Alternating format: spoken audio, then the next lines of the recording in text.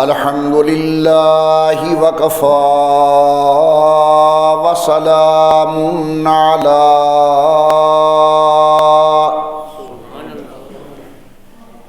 سید الرسل وخاتم الانبیاء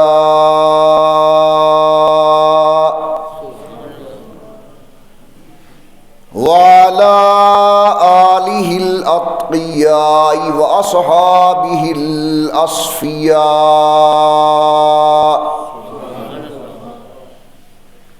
نشہد ان لا الہ الا اللہ وحدہ لا شریک لہ ونشہد ان محمدا عبدہ ورسولہ اما بعد اعوذ باللہ من الشیطان الرجیم بسم اللہ الرحمن الرحیم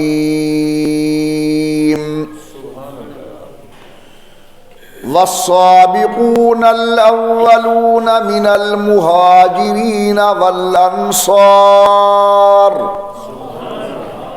والذین اتبعوهم بإحسان رضی اللہ عنہم ورضوا عنہ قال تعالی فی مقام آخر والذی جاء بالصدق وصدق به اولئک هم المتقون صدق اللہ العلی العظیم وصدق رسولہ النبی الکریم ونحن علی ذلک لمن الشاہدین والشاکرین والحمد للہ رب العالمین ان نلت یا ریح الصبا یوما الى ارض الحرم ان نلت یا ریح الصبا یوما الى ارض الحرم بلغ سلامی روضة فیہا النبی المحترم ما ان مدحت محمدا بمقالتی لیکن مدحت مقالتی بمحمدی اور زباں پر مؤمنوں کے جب بھی ذکر تاجدار آئے تو لازم ہے کہ اس کے بعد ذکر چار یار آئے ابو بکر و عمر عثمان و حیدر باغباں جب ہوں تو پھر کیوں کرنا باغ مصطفیٰ میں ایک بہار آئے اللہم صلی علی محمد وعلی آل محمد کما صلیت علی ابراہیم وعلی آل ابراہیم انکا حمید مجید اللہم بارک علی محمد وعلی آل محمد کما بارکت علی ابراہیم وعلی آل ابراہیم انکا حمید مجید نہایت ہی واجب الاحترام شرکاء اجتماع، میری محترمہ موقرہ اور مؤدبہ اسلامی مائی اور بہنوں، یہ ماہ مبارک عربی اعتبار سے جمادی الثانی کا مہینہ ہے۔ اسی مناسبت سے الحمدللہ گزشتہ کئی جمعۃ المبارک کے اجتماعات سے سیدنا ابو بکر صدیق رضی اللہ تعالیٰ عنہ کی عظمت، آپ کی سیرت طیبہ اور حضرت ہی کے فضائل و مناقب عرض کیے جا رہے ہیں۔ آج انشاءاللہ العزیز بیان کے اندر جناب ابو بکر کی کچھ امتیازی شانوں کے متعلق میں عرض کروں گا، جو اللہ تعالی نے صدیق اکبر کو امتیازی طور پر عطا فرمائی ہیں۔ سب سے پہلی چیز جو رب العزت نے جناب ابو بکر کو امتیازاً عطا فرمائی وہ یہ ہے کہ ابو بکر صدیق نے بغیر کسی تأمل و تردد کے، بغیر کسی سوچ و بچار کے سید الکونین کی دعوت پر لبیک کہی۔ حضور اکرم صلی اللہ علیہ وسلم فرماتے ہیں میں نے جس کے سامنے دعوت پیش کی ہر ایک نے مجھ سے وقت مانگا، ٹائم مانگا، سوچنے کا موقع مانگا، مگر ایک ابو بکر صدیق ہے رضی اللہ عنہ جن کے سامنے میں نے دعوت اسلام پیش کی تو حضرت نے بغیر کسی تأمل و تردد کے کہا صدقت یا رسول اللہ، اللہ کے نبی آپ سچ فرما رہے ہیں۔ جناب ابو بکر کے امتیازات میں سے یہ بھی ہے کہ یہ خود مسلمان ہیں، ان کے والد مسلمان ہیں، ان کی والدہ مسلمان ہیں، ان کے بیٹے مسلمان ہیں، ان کی بیٹیاں مسلمان ہیں، اور ایک بیٹی سیدہ طیبہ طاہرہ جناب عائشہ ام المؤمنین ہے رضی اللہ تعالی عنہم اجمعین۔ ان کی بیوی ہے بی بی ام رومان جو جناب عائشہ رضی اللہ تعالی عنہ کی والدہ ہے۔ جب ان کا انتقال ہوا عظمت سمجھیے، امام الانبیاء سرکار دو عالم نے فرمایا اگر دنیا کے اندر کسی نے جنت کی حور دیکھنی ہو تو وہ حور ابو بکر صدیق کی اہلیہ محترمہ سیدہ ام رومان ہے۔ حضرت جناب ابو بکر کی اور فضیلت حافظ ابن تیمیہ رحمت اللہ علیہ نے لکھا ہے کہ پوری امت اس بات پر اجماع رکھتی ہے کہ جناب صدیق اکبر تمام صحابہ کرام میں سے افضل ہیں اور سب صحابہ کرام سے انہیں تقدم حاصل ہے ہر اعتبار سے۔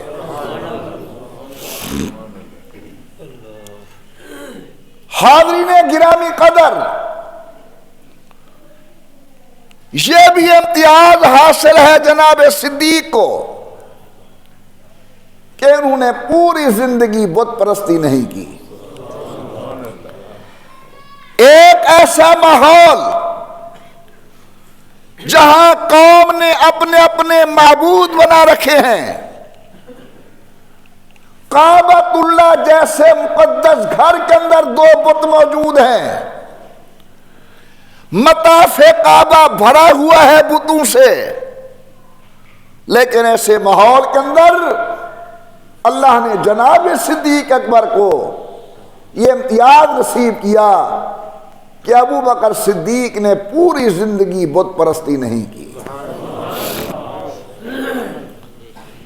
آپ یہ سن کر حیران ہوں گے بلکہ خوشگوار حیرت ہوگی کہ جناب ابو بکر کے والد ابو قحافہ ابھی مسلمان نہیں ہوئے تھے،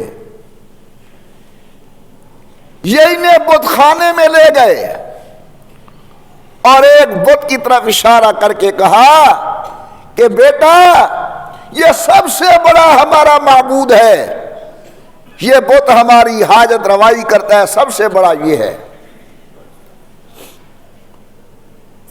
جب ابو بکر صدیق نے سنا، بھی بچپنا تھا، اس بت کو خطاب کر کے کہتے ہیں اے بت اگر مجھے بھوک لگے تو کھانا کھلائے گا؟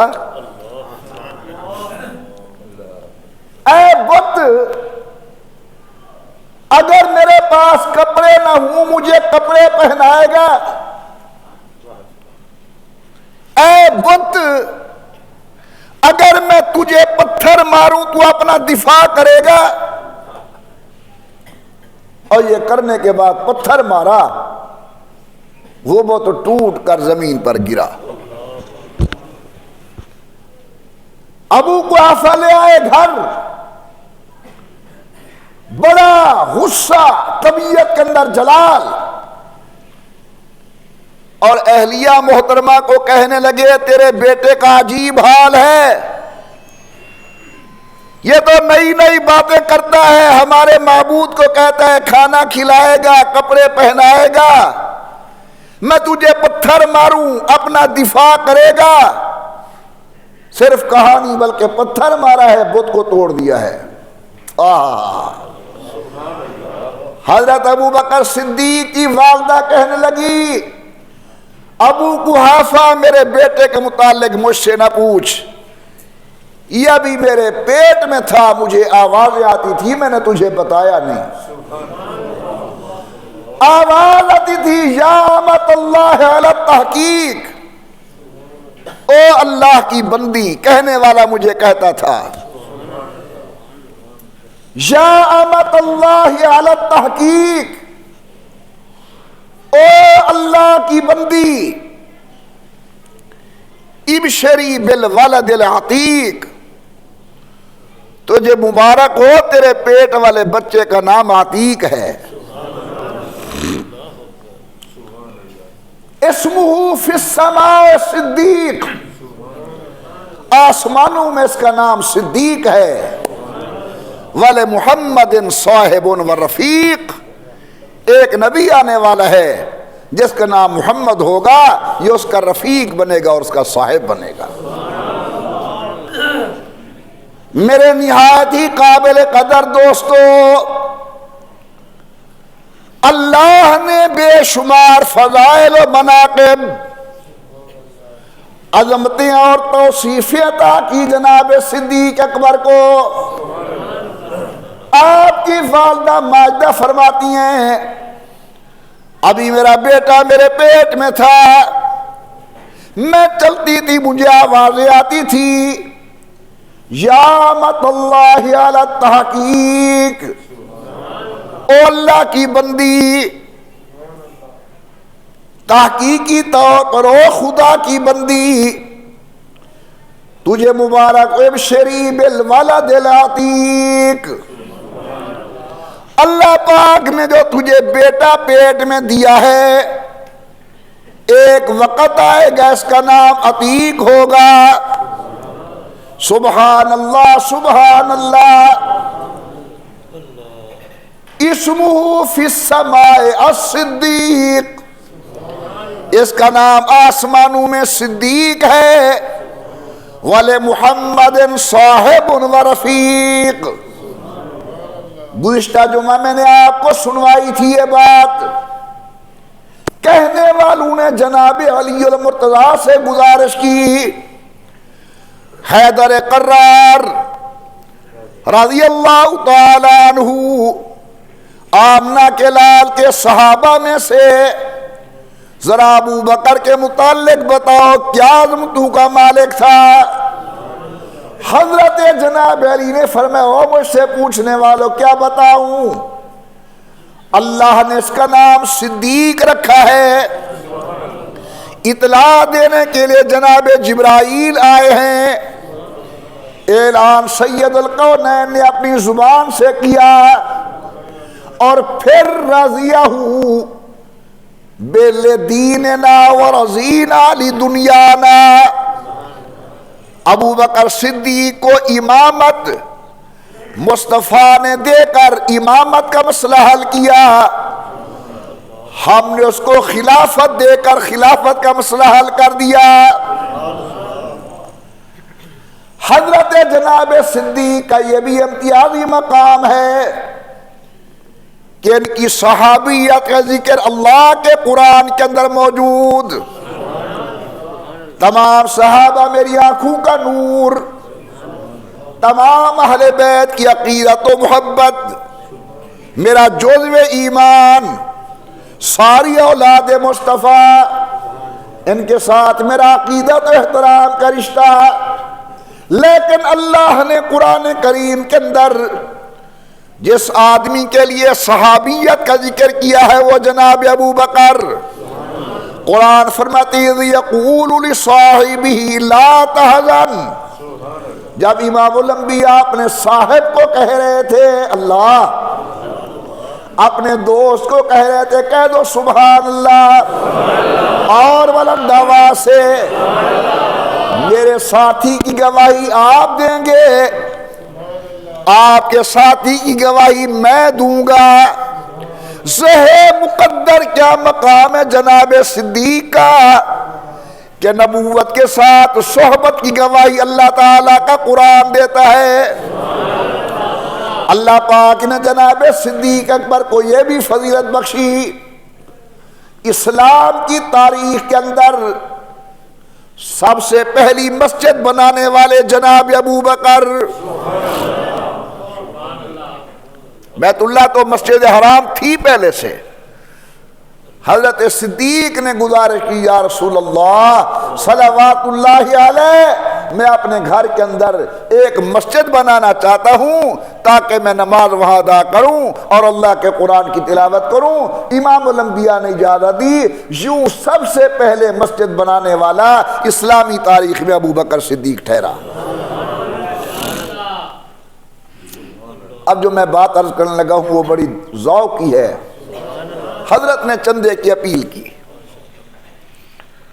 ابو بکر صدیق نے سب کچھ لٹا دیا، ایک چادر بچی اور وہ چادر پہن کر بیٹھے ہیں، ایک ہی چادر اور اسے جوڑا ہوا ہے کھجور کے پتوں کے ساتھ۔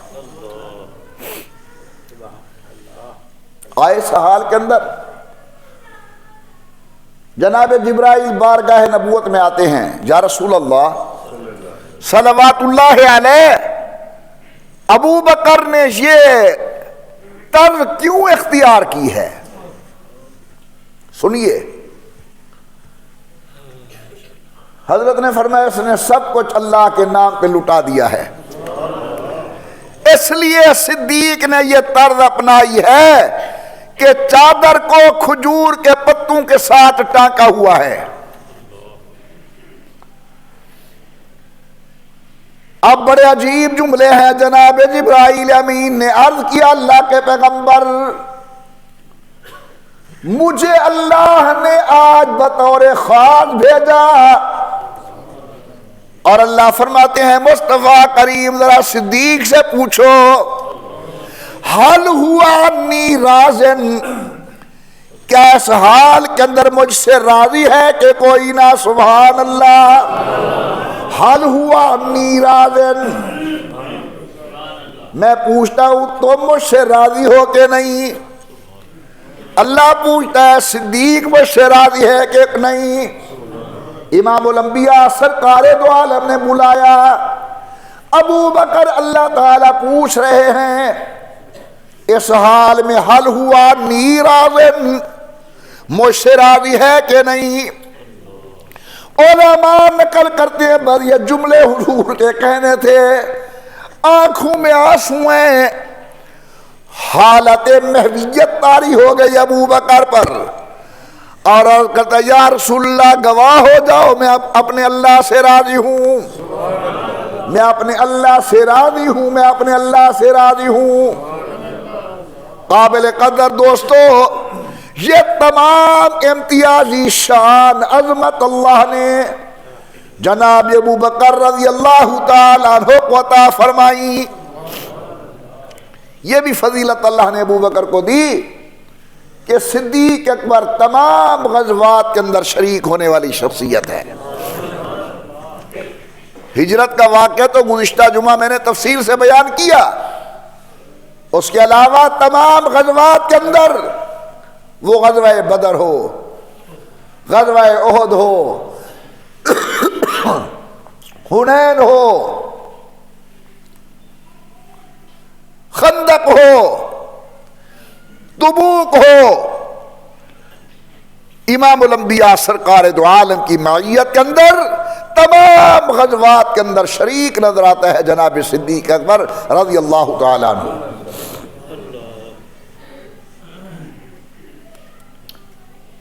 میدان میں فوج لڑتی ہے، کمانڈر بیٹھ کے لڑاتا ہے،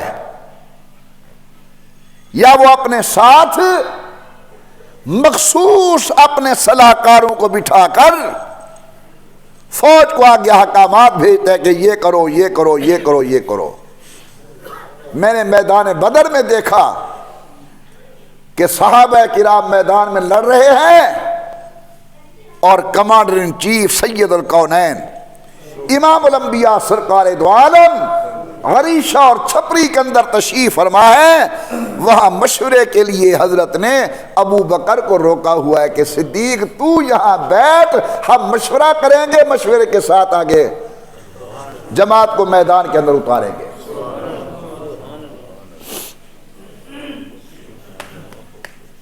غزوہ تبوک کے اندر حضور نے چندے کی اپیل کی۔ یہ جو علماء چندے کی اپیل کرتے ہیں نا، یہ سنت ہے رسول اللہ کی، اور جو لوگ خوش ہو کر دیتے ہیں یہ سنت ہے صحابہ رسول کی۔ بلکہ آپ حیران ہوں گے میرے اس جملے پر، صحابہ موقع تلاش کیا کرتے تھے کہ کبھی حضور مانگے اور ہم نچھاور کریں، قدمین شریفین کے اندر اپنا مال پیش کریں۔ علماء کرام نے لکھا غزوہ تبوک کے موقع پر، اس غزوے کا نام ہے مشکل ترین غزوہ، غزوہ ذو العسرہ۔ عین کے پیش کے ساتھ بھی پڑھا گیا مشکل ترین غزوہ۔ 10 صحابہ کرام نے ایک ایک کھجور کے دانے پہ گزارا کیا، کھجوریں ختم ہو گئی، گٹھلیاں چوس کے حلق تازہ کیا۔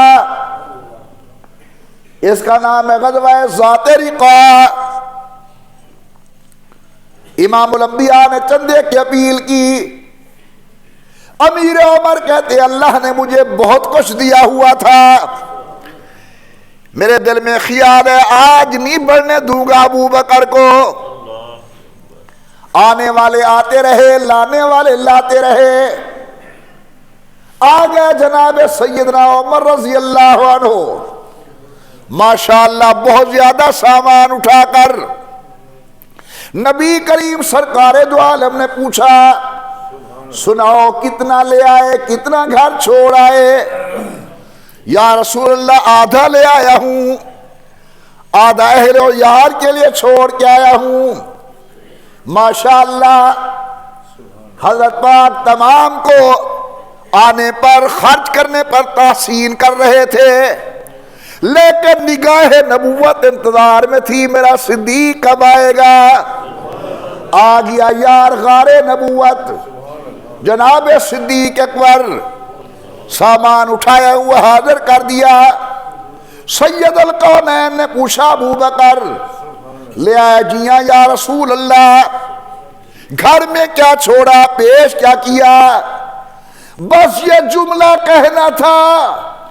جناب صدیق اکبر کے آنکھوں میں آنسو ترائے، عرض کرتا یا رسول اللہ گھر خدا کا نام چھوڑ کے آیا ہوں، مصطفیٰ کی محبت چھوڑ کے آیا ہوں، جو کچھ تھا میں لا کر حاضر میں نے کر دیا۔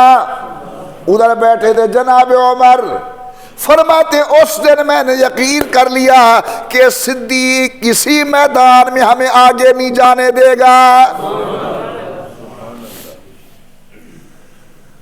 ابو بکر صدیق کے فضائل میں سے یہ بھی ایک فضیلت ہے کہ حضرت نے اپنی موجودگی کے اندر مصلی امامت جناب صدیق کے سپرد کیا۔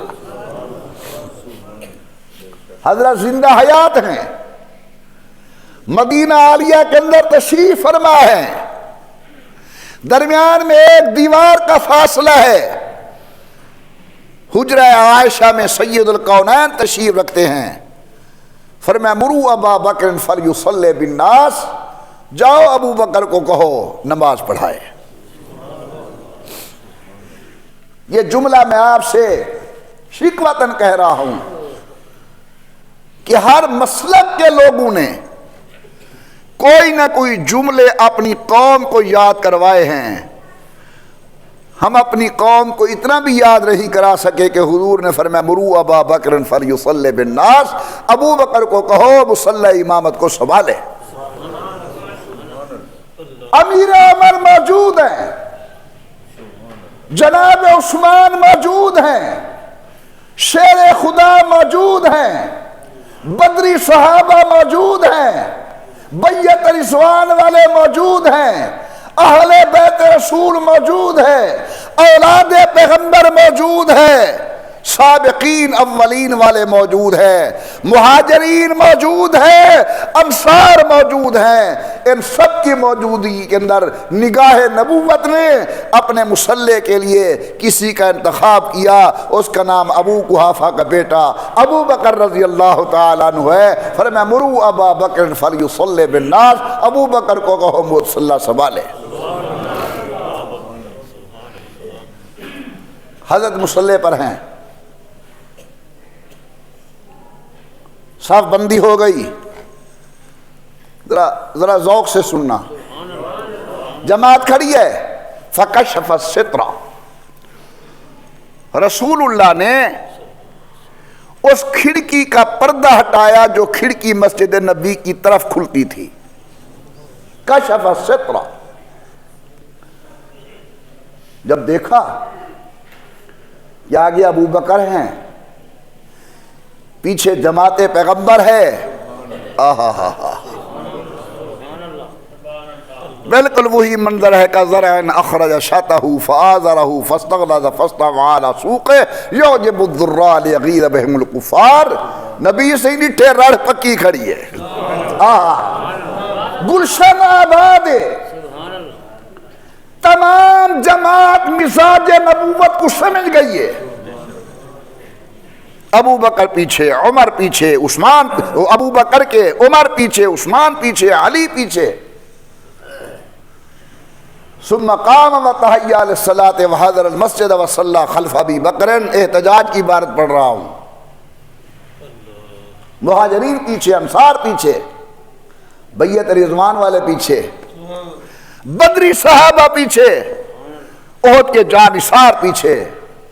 فتبسم، حضور نے اس کیفیت کو دیکھ کر تبسم فرمایا. امام الانبیاء سرکار دو عالم کا تبسم فرمانا تھا. بعض روایات میں تبسم کا نہیں، صرف اتنا ہے کہ امام الانبیاء نے دیکھا، خوشی سے چہرہ مبارک تمتما اٹھا. ایسی رونق، ایسی چمک پھیلی پوری مسجد نبی کے اندر. صحابہ کہتے ہیں ہم نے سمجھا شاید حضور آنے والے ہیں، یا ماشاءاللہ ٹھیک ہو گئے، آ گئے ہیں. لیکن حضور آنا نہیں چاہتے تھے، دیکھنا چاہتے تھے کہ میرے یار خدا اور رسول کی منشا کے مطابق ابو بکر صدیق کے پیچھے کیسے بلا چون و چرا نماز پڑھ رہے ہیں. اسی کو جناب علی فرماتے ہیں راضیہ لدیننا، حضور نے مصلی سپرد کر کے ہمارے دین کا امام بنایا. ہم نے منبر سپرد کر کے دنیا کا امام بنا دیا. امامت مصطفیٰ نے دی، خلافت علی اور مرتضیٰ نے دی، صحابہ کرام نے دی. بلا چون و چرا تمام صحابہ کرام نے ابو بکر صدیق کے ہاتھ میں بیعت کیا ہے. اللہ اکبر. ابو بکر مسند خلافت پر آئے. ٹائم بھاگتا جا رہا ہے. چند فتنوں کی سرکوبی کی. ان میں سے ایک فتنہ ہے مانعین زکوٰۃ کا.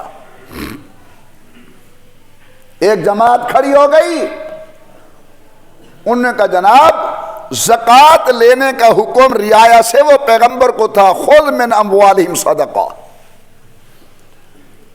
لہذا ہم نہیں دیتے بیت المال میں زکوٰۃ.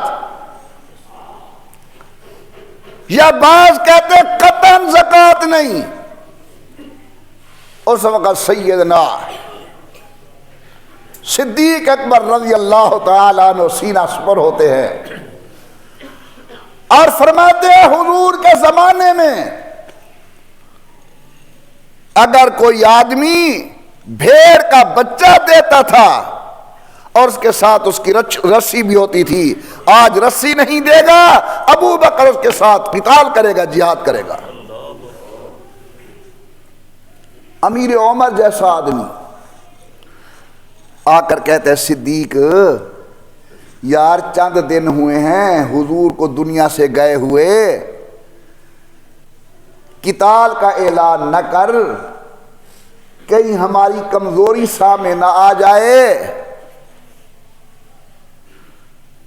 لڑائی کا اعلان نہ کر، پیار محبت سے انہیں کہے یہ زکوٰۃ دیں. تازہ تازہ حضرت کا انتقال ہوا ہے، جماعت مجتمع ہونے دے. سن رہے ہو؟ حضرت صدیق نے دیکھا، فرمایا انتا جبار فی الجاہلیت و خوار فی الاسلام. زمانہ جاہلیت میں تو بڑا مضبوط ہوتا تھا، اسلام قبول کرنے کے بعد اتنا سست پڑ گیا ہے، وحی منقطع ہو چکی ہے، نبی کے طریقوں کے اندر کمی بیشی ہو ابو قحافہ کا بیٹا قبول نہیں کر سکتا. جب یہ بیان کیا حضرت عمر کہتے میں نے دیکھا لقد شرح اللہ صدر ابی بکر، اللہ نے ابو بکر کو انشراح صدر نصیب کیا. میں نے کہا جی بالکل ٹھیک ہے، جو فیصلہ کرتے ہو کرو. بعض لوگوں نے ختم نبوت کا انکار کیا. ختم نبوت کے انکار کے فتنے کی سرکوبی سب سے پہلے کرنے والے جناب سیدنا ابو بکر صدیق رضی اللہ تعالیٰ عنہ. صحابہ کرام فوت ہونے لگ گئے، شہید ہونے لگ گئے. امیر عمر نے گزارش کی اللہ کے نبی کے خلیفہ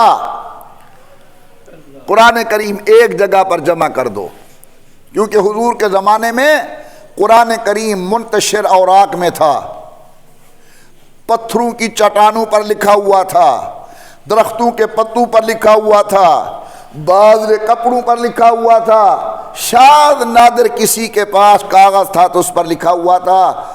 حضرت مہربانی کریں، صحابہ کرام دنیا سے جا رہے ہیں، جلدی جلدی تیزی سے، کل کسے پتہ چلے گا کہ قرآن کیا ہے اور تفسیری نوٹ کیا ہے، قرآن کریم کو ایک جگہ جمع کرو. بار بار مشاورت ہوتی رہی. اللہ نے صدیق اکبر کو انشراح صدر نصیب کیا. آج یہ قرآن جو ہماری مساجد میں، ہماری خانقاہوں میں، ہمارے مدارس میں، ہمارے گھروں کے اندر اس ترتیب کے ساتھ موجود ہے، ما بین الضفتین، دو گتوں کے درمیان، یہ احسان ہے امت پر جناب سیدنا صدیق اکبر کا. اور میں اللہ کی رحمت پہ قربان ہوتا ہوں، قرآن کریم کے جمع کرنے کا مشورہ دینے والے امیر عمر، حکم دینے والے ابو بکر، ٹھیک ہے، اس قرآن کے نسخے لکھوا کر پوری دنیا میں پھیلانے والے جناب عثمان، اس قرآن کریم پر نقطے اور اعراب لگانے والے سیدنا علی المرتضیٰ. یعنی قیامت کی صبح تک قرآن پڑھاتا جاتا رہے گا، چاروں خلفاء کی روح کو ایصال ثواب ہوتا رہے گا. ابو بکر صدیق کا انتقال ہوا. بادرہ میری سنو بھائی، باہر والے بھی اندر والے بھی. کچھ عرصے کے بعد انتقال ہوا. عبداللہ بن عمر حضرت عمر کے صاحبزادے، بڑے جلیل القدر متبع سنت صحابی ہیں. میں ان کی ایک بات عرض کرنے لگا ہوں. سرائکی میں مستدرک حاکم کی روایت ہے، عبداللہ بن عمر فرمینن بظاہر ابو بکر دا جنازہ حضور دے انتقال دے کچھ عرصہ بعد تھیا. کچھ عرصہ بعد جنازہ چویا انتقال کچھ عرصے دے بعد تھیا،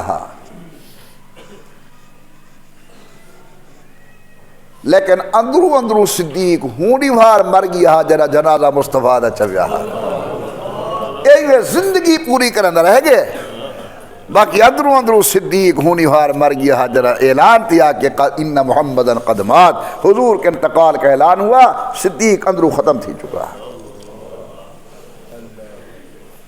ابوبکر صدیق کا انتقال ہوا جب اسلام قبول کیا تھا، مکے کا بڑا تاجر، جب جنازہ اٹھ رہا ہے تو دھلی ہوئی چادروں کے اندر، کفن دھلی ہوئی چادریں،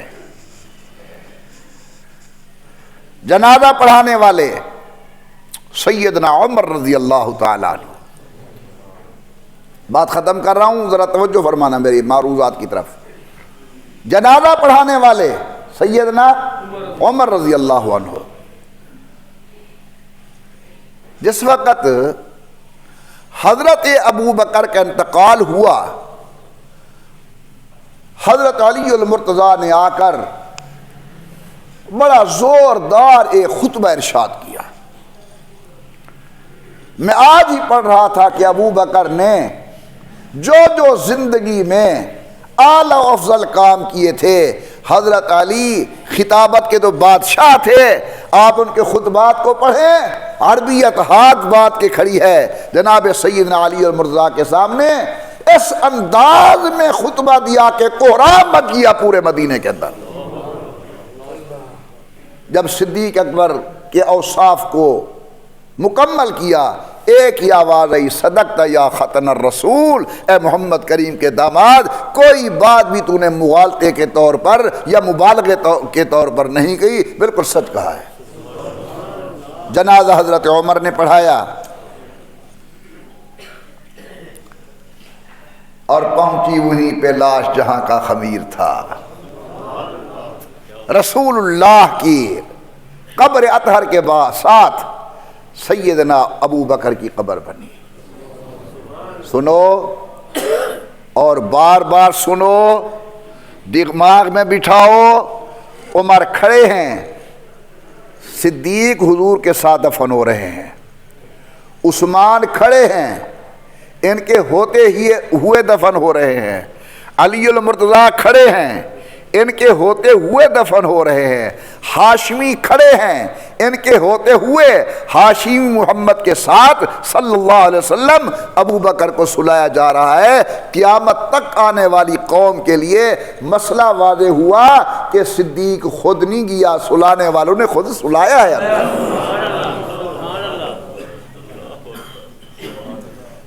آخری بات عرض کرتا ہوں، بھائی پوری زندگی نہ حضور نے شراب پیا، نہ ابو بکر نے، نہ عمر نے، پوری زندگی نہ حضرت نے کسی غیر کا سجدہ کیا، نہ ابو بکر نے، نہ عمر نے، پوری زندگی نہ حضرت نے بدعمالی کی، نہ ابو بکر نے، نہ عمر نے۔ میرا سوال یہ کہ وجہ کیا ہے؟ یہ صحبت کا اثر تھا یا کچھ اور تھا؟ نہیں، صحبت کا اثر نہیں تھا، یہ خمیر کا اثر تھا۔ چونکہ اللہ نے حضور، ابو بکر اور عمر کا خمیر جنت کی مٹی سے اٹھایا تھا۔ میرے رب کی غیرت گوارا نہیں کرتی کہ مٹی جنت کی ہو پیے شراب، مٹی جنت کی ہو جھکے غیر کے سامنے، مٹی جنت کی ہو کرے بدعمالی۔ اللہ فرماتے منہا خلقناکم وفیہا نعیدکم ومنہا نخرجکم تارۃ اخری۔ جہاں سے کسی کا خمیر اٹھایا جاتا ہے وہیں دفن کیا جاتا ہے۔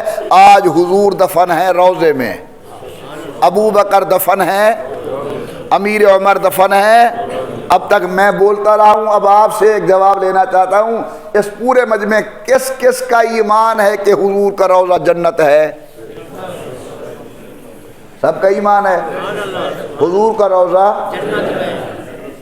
حضور کہاں سوئے ہوئے ہیں؟ بولو۔